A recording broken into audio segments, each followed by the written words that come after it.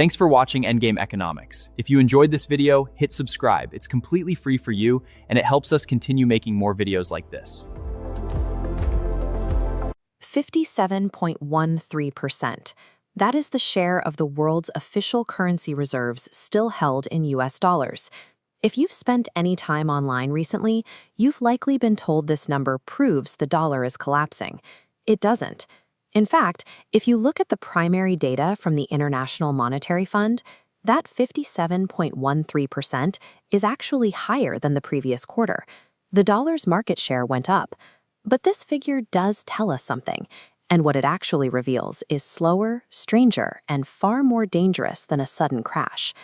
To understand what is actually happening, we have to ignore the clickbait predictions and trace exactly where the world's money quietly moved over the last 4 years. Let's start with February 2022. In response to the invasion of Ukraine, the G7, the European Union, and Australia froze roughly $300 billion of the Russian central bank's foreign reserves. The mechanical reality of that freeze is critical. Only about $5 billion of that money was actually held inside the United States. Around $200 billion sat at a single European clearinghouse, Euroclear, in Belgium.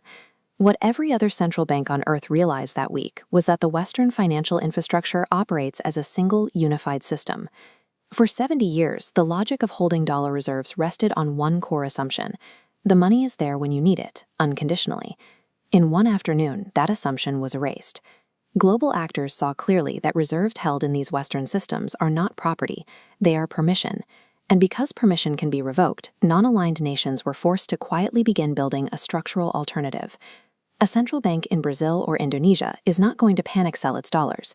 That would crash the value of its own holdings. Instead, they simply let their existing US debt run off as it matures, and they put the new money somewhere else.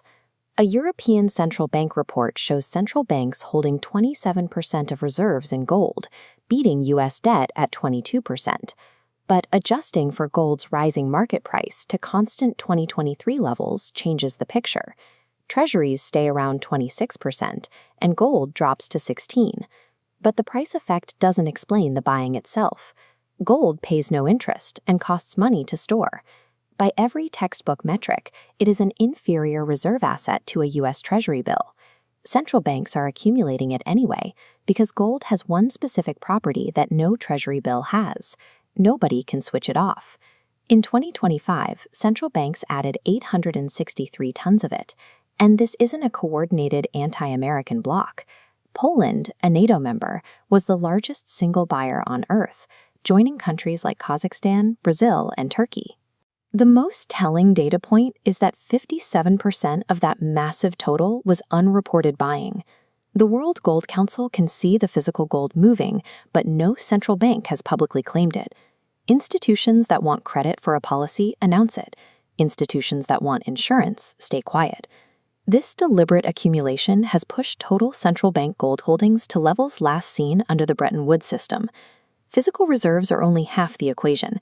The other half is the digital plumbing, the actual network of pipes that money moves through. The US dollar currently accounts for over half the value of all payments moving through SWIFT, the main international messaging network. The Chinese renminbi is at just 3.1%. That is a rounding error with ambition. China operates its own settlement system, CIPS, connecting 4,900 institutions. SWIFT connects over 11,500. But killing the myth of a SWIFT replacement, over 80% of CIPS transactions still travel on SWIFT messaging. The Chinese system runs on top of it. At the exact same time, China has steadily reduced its holdings of US Treasuries by roughly half over the last 12 years. It is a deliberate, patient reduction. The point of CIPS was never to defeat SWIFT. The point was to ensure that if a country is ever cut off from Western rails, the infrastructure to build something else already exists. It is a quiet, half-built insurance policy, designed for survival. This brings us back to the immediate problem for the United States, which requires massive amounts of capital to fund its government operations. In just 5 years, the amount of money the U.S. pays solely in interest on its national debt has nearly tripled. This chart tracks the Congressional Budget Office projections. It shows annual interest payments climbing to $2.1 trillion by 2036. Over the next decade, that totals $16.2 trillion, making it larger than almost every other line item in the federal budget. So the two halves collide. The United States needs to sell more debt than at any point in its history. At the exact moment, its largest structural buyers, foreign central banks, have spent 4 years redirecting their capital into a physical asset that pays no yield. This doesn't produce a sudden collapse. Every buyer who steps back must simply be replaced by one who demands a slightly higher yield. The result is a slow, grinding rise in the cost of financing the American state, a quiet economic gradient that history usually only recognizes once the bill has already arrived.